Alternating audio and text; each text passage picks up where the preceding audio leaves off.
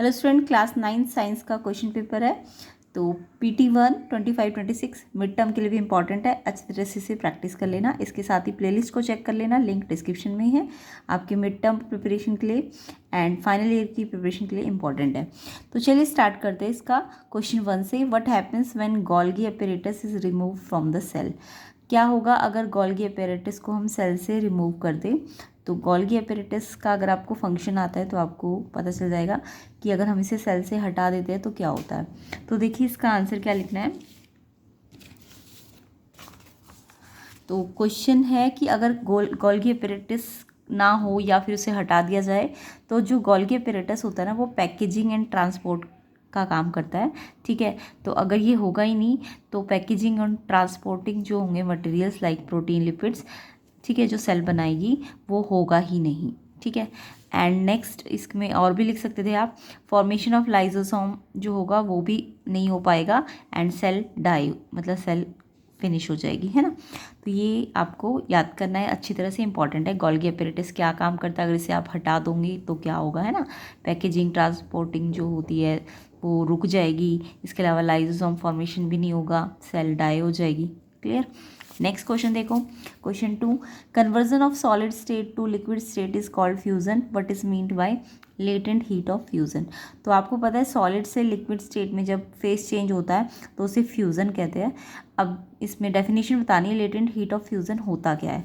तो यहाँ पे आपको लेटेंट हीट ऑफ फ्यूजन की डेफिनेशन आनी चाहिए। Amount of heat energy required to change, वो हीट एनर्जी का अमाउंट जो क्या करता है, चेंज करता है फेस को।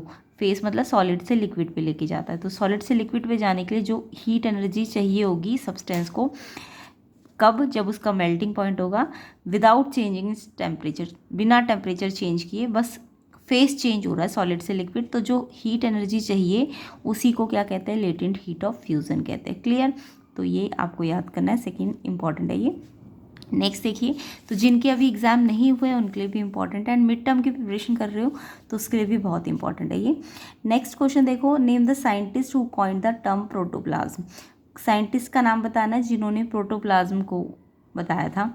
तो आपको सारे साइंटिस्ट याद करने, इलेक्ट्रॉन, प्रोटॉन, है ना। ऐसी प्रोटोप्लाज्म का कौन सा साइंटिस्ट था, तो इसका नाम है आपका जो प्रोटोप्लाज्म को कॉइन किया था या डिस्कवर किया था, J.E. पंकिंजे, PUNKINJE, ठीक है, पंकिंजे। एंड कब किया था वैसे पूछा नहीं है बट आप ईयर भी याद कर लेना। 1839 में प्रोटोप्लाज्म को टर्म मतलब उससे नाम दिया गया था इन्होंने। क्लियर। नेक्स्ट क्वेश्चन देखो, under what condition is that magnitude of average velocity of an object equal to its average speed. Physics का क्वेश्चन है, बहुत इंपॉर्टेंट है। एवरेज वेलोसिटी और एवरेज स्पीड जो होती है वो कब इक्वल होती है। तो जैसे आपको पता है एवरेज स्पीड क्या होता है, total distance upon total time, है ना। ऐसी एवरेज वेलोसिटी क्या होता है, टोटल डिस्प्लेसमेंट अपॉन टाइम। याद रखना, एवरेज स्पीड तो होता है, अगर मैं बात कर रही हूँ एवरेज स्पीड की, तो एवरेज स्पीड क्या होता है, total distance upon total time, है ना। टोटल डिस्टेंस होता है एवरेज स्पीड में और टोटल टाइम। क्लियर। और एवरेज वेलोसिटी जो होता है वो आपका होता है, यहाँ टोटल डिस्टेंस की जगह टोटल डिस्प्लेसमेंट आएगा, total displacement upon total time, है ना। देखो फॉर्मूला बिल्कुल सेम बट डिस्टेंस है, यहाँ डिस्प्लेसमेंट है। तो अगर डिस्टेंस और डिस्प्लेसमेंट इक्वल हो जाए, तो टोटल डिस्टेंस अगर टोटल डिस्प्लेसमेंट के इक्वल हो जाए तो तब आपका एवरेज स्पीड और एवरेज वेलोसिटी क्या हो जाएगा, इक्वल हो जाएगा। तो ये क्वेश्चन में से ये कि एवरेज वेलोसिटी कब एवरेज स्पीड के इक्वल होता है, ये वाली कंडीशन याद रखनी है आपको। जब ऑब्जेक्ट जो है ना वो स्ट्रेट लाइन में चलेगा और सेम डायरेक्शन में चलेगा। कब, कौन सी कंडीशन है, जब ऑब्जेक्ट स्ट्रेट लाइन में चले और सेम डायरेक्शन हो, उसकी डायरेक्शन चेंज ना हो, तो उस टाइम पे टोटल डिस्टेंस टोटल डिस्प्लेसमेंट के इक्वल होगा। और अगर ये टोटल डिस्टेंस टोटल डिस्प्लेसमेंट के इक्वल है तो उस टाइम पे एवरेज स्पीड एवरेज वेलोसिटी के क्या हो जाएगी, इक्वल हो जाएगी। तो कंडीशन ये है कि ऑब्जेक्ट को स्ट्रेट लाइन पे चलना पड़ेगा और सेम डायरेक्शन पे चलना पड़ेगा, तभी ये डिस्टेंस डिस्प्लेसमेंट के इक्वल होगा और जिसके कारण एवरेज वेलोसिटी एवरेज स्पीड के क्या हो जाएगी, इक्वल हो जाएगी। क्लियर। तो ये आपको बहुत इंपॉर्टेंट क्वेश्चन है, ये कंडीशन याद रखनी है। यही कंडीशन डिस्टेंस और डिस्प्लेसमेंट की कब इक्वल होते हैं, जब ये कंडीशन होती है, और जब ये इक्वल होंगे तो एवरेज वेलोसिटी और स्पीड भी क्या हो जाएगा, इक्वल हो जाएगा। क्लियर। नेक्स्ट क्वेश्चन देखो, नेक्स्ट क्वेश्चन है आपका, what can you say about the motion of an object whose distance time graph is a straight line parallel to the time axis. बहुत इंपॉर्टेंट है ये भी। तो आपको बोला है कि कैसा मोशन है ऑब्जेक्ट का जब distance time graph straight line parallel to time axis हो। तो देखो यहाँ पे डिस्टेंस टाइम ग्राफ बनाना है, एस टी ग्राफ है ना, डिस्टेंस मतलब एस और टी, एस टी ग्राफ। तो आपको पता है ना एस टी ग्राफ का जो स्लोप होता है, एस टी ग्राफ का स्लोप मतलब एस बाई टी है ना, एस बाई टी क्या होता है, वेलोसिटी। तो slope of S T graph velocity है। अब देखो एस आपको दिख रहा है, चेंज ही नहीं हो रहा, टाइम तो चेंज हो रहा है बट एस हमेशा सेम ही है, तो यानी कि डिस्टेंस जो है वो कांस्टेंट है इस टाइम पे, है ना। यही तो दिख रहा है, इसमें डिस्टेंस क्या है, हर बार सेम है, टाइम चेंज हो रहा है बट डिस्टेंस एस जो है हर बार कांस्टेंट है। तो डिस्टेंस कांस्टेंट है यानी पोजीशन जो है वो चेंज नहीं हो रही है ना टाइम के अकॉर्डिंग। तो पोजीशन ऑब्जेक्ट की चेंज नहीं हो रही विद रिस्पेक्ट टू टाइम, यानी ऑब्जेक्ट किस पे, रेस्ट में है, रेस्ट को स्टेशनरी भी कह सकते हो, ऑब्जेक्ट रुका हुआ है यानी वेलोसिटी ज़ीरो है ना। अब इन्होंने ये पूछा है क्वेश्चन में, वैसे इतना सारा पूछा नहीं है, बस आपको ये पूछा है कि कैसा मोशन है, तो मैंने ये थोड़ा सा एक्स्ट्रा चीज़ें बता दी। जब भी एस टी ग्राफ में एस जो ग्राफ है वो पैरेलल टू टाइम होगा, पैरेलल टू टाइम, तो उसका मतलब क्या क्या होता है, उसका मतलब होता है डिस्टेंस कांस्टेंट है, और कांस्टेंट है तो ऑब्जेक्ट रेस्ट पे है यानी वेलोसिटी आपकी ज़ीरो है, ठीक है। नेक्स्ट क्वेश्चन देखिए, question 6, why plasma membrane is called a selectively permeable membrane.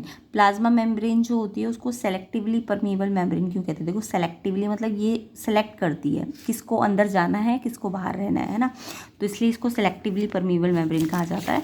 तो क्वेश्चन में से है plasma membrane called a selectively permeable membrane as मतलब क्योंकि ये क्या करती है, मूवमेंट ऑफ सब्सटेंस को रेगुलेट करती है कि कौन सा सब्सटेंस जाना चाहिए और कौन सा नहीं जाना चाहिए, तो रेगुलेट करती है मूवमेंट को in and out of the cell, या तो सेल के अंदर जाने देती है या सेल से बाहर निकालती है, तो इन सबको रेगुलेट करने का काम इसका है, ठीक है। यानी कि इसको आप और डिटेल में लिख सकते हो कि ये अलाउ करती है entry of only some substance, कुछ ही सब्सटेंस की एंट्री को ये अलाउ करती है, और कुछ को ये कुछ की मूवमेंट को जिसको इसे रोकना होता है तो उसको प्रिवेंट करती है, उसको जाने से रोकती है, तो ये इसका काम है, ठीक है। इसलिए इसको हम सेलेक्टिवली परमिएबल मेम्ब्रेन कहते हैं।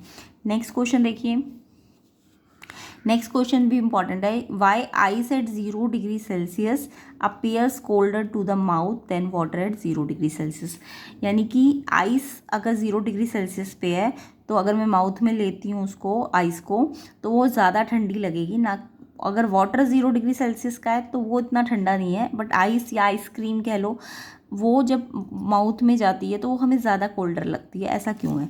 तो जो आइस होती है ना, आइस के पास ना लेटेंट हीट होती है, ठीक है, लेटेंट हीट जो होती है आइस की वो बहुत हाई होती है, वैल्यू कहे तो 336,000 जूल, इतनी हाई एनर्जी होती है इसके पास, आइस के पास, ठीक है। तो आइस जो होती है वो ज़्यादा हीट माउथ में, जैसे हम आइस डालते हैं ना तो वो माउथ से ना ज़्यादा हीट एब्जॉर्ब कर सकती है क्योंकि उसकी जो लेटेंट हीट है वो बहुत ज़्यादा है, तो वो जैसे ही आप माउथ में डालोगे उसकी वो ज़्यादा एब्जॉर्ब कर लेगी हीट को, एंड टेम्परेचर जिसके कारण जो माउथ का है वो कम हो जाएगा, यानी वो ठंडा लगेगा हमें बहुत ज़्यादा, है ना।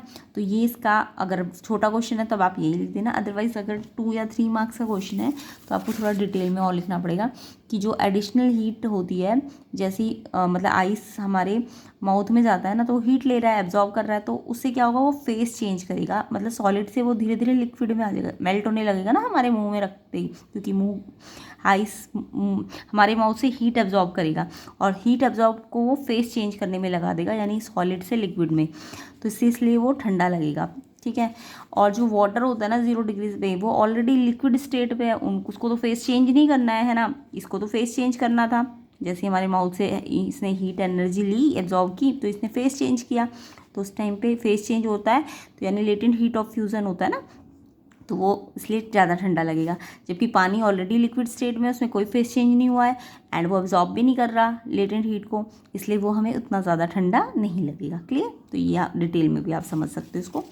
नेक्स्ट क्वेश्चन देखो, क्वेश्चन नंबर 8, डिफरेंस करना है between distance and displacement. Distance and displacement में क्या डिफरेंस होता है, तो ये मैंने पहले भी बहुत बार करा रखा है, अगर आप और ज़्यादा डिटेल में समझना चाहते हो क्वेश्चंस को, प्रैक्टिस करना चाहते हो PYQs की, तो मेरी प्लेलिस्ट बनी हुई है, लिंक मैं डिस्क्रिप्शन में भी डाल दूंगी, प्लेलिस्ट को ज़रूर चेक कर लेना। आपकी फाइनल एग्जाम या मिड टर्म की प्रिपरेशन अगर आप कर रहे हैं या PT की यूनिट टेस्ट की प्रिपरेशन कर रहे हैं तो आपका मतलब अगर 4 to 5 क्वेश्चन पेपर्स अगर आप अच्छी तरीके से कर लोगे तो आपको मतलब ऐसे लगेगा कि कोई भी क्वेश्चन पेपर आ जाए आप अटेम्प्ट कर लोगे उसको, है ना, अच्छी तरीके से। तो देख लेना प्लेलिस्ट को ज़रूर, लिंक डिस्क्रिप्शन में है। तो क्वेश्चन 8 देखिए, डिस्टेंस और डिस्प्लेसमेंट में डिफरेंस। तो डिस्टेंस क्या होता है? The total length of path covered by an object, यानी एक ऑब्जेक्ट जो टोटल पाथ कवर्ड करेगा ना, टोटल जो भी एक्चुअल पाथ वो कवर्ड करेगा उसको डिस्टेंस कहते हैं। जबकि डिस्प्लेसमेंट क्या होता है? ये शॉर्टेस्ट पाथ होता है, it is the shortest path या डिस्टेंस, सबसे छोटा डिस्टेंस जो होगा ना, जो इनिशियल से फाइनल का होगा। इनिशियल मतलब स्टार्टिंग पॉइंट से लेके फाइनल पॉइंट तक। तो इसकी डेफिनेशन क्या है? It is the shortest distance between initial and final position of object. ये टोटल जितना पाथ कवर किया ऑब्जेक्ट ने उसको डिस्टेंस कहेंगे, बट जो शॉर्टेस्ट पाथ कवर करता है वो डिस्प्लेसमेंट होता है। डिस्टेंस स्केलर क्वांटिटी होता है, इसके पास डायरेक्शन नहीं होती है। जो डिस्प्लेसमेंट है वो वेक्टर क्वांटिटी है, इसके पास मैग्नीट्यूड भी है मतलब वैल्यू भी है और डायरेक्शन भी है ना। और जो डिस्टेंस होता है वो हमेशा पॉजिटिव होता है, याद रखना, डिस्टेंस हमेशा पॉजिटिव रहेगा। जबकि डिस्प्लेसमेंट आपका पॉजिटिव भी होगा, नेगेटिव भी हो सकता है, ज़ीरो भी हो सकता है। ये इसमें डिफरेंस है कि ये पॉजिटिव होता है, ये पॉजिटिव, नेगेटिव, ज़ीरो तीनों हो सकता है। तो ये मेन डिफरेंस है, आपको याद करना अच्छी तरीके से इसको।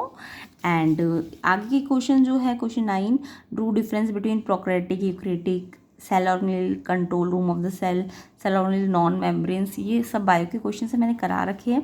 नेक्स्ट पार्ट में हम इसके ये न्यूमेरिकल पोर्शन वाला क्वेश्चन भी कर लेंगे, तो इसका सेकंड पार्ट वीडियो का ज़रूर देख लेना, लिंक मैं डिस्क्रिप्शन में डाल दूँगी। इसकी नेक्स्ट वीडियो जो बनेगी उसमें मैं बाकी के क्वेश्चन करूँगी।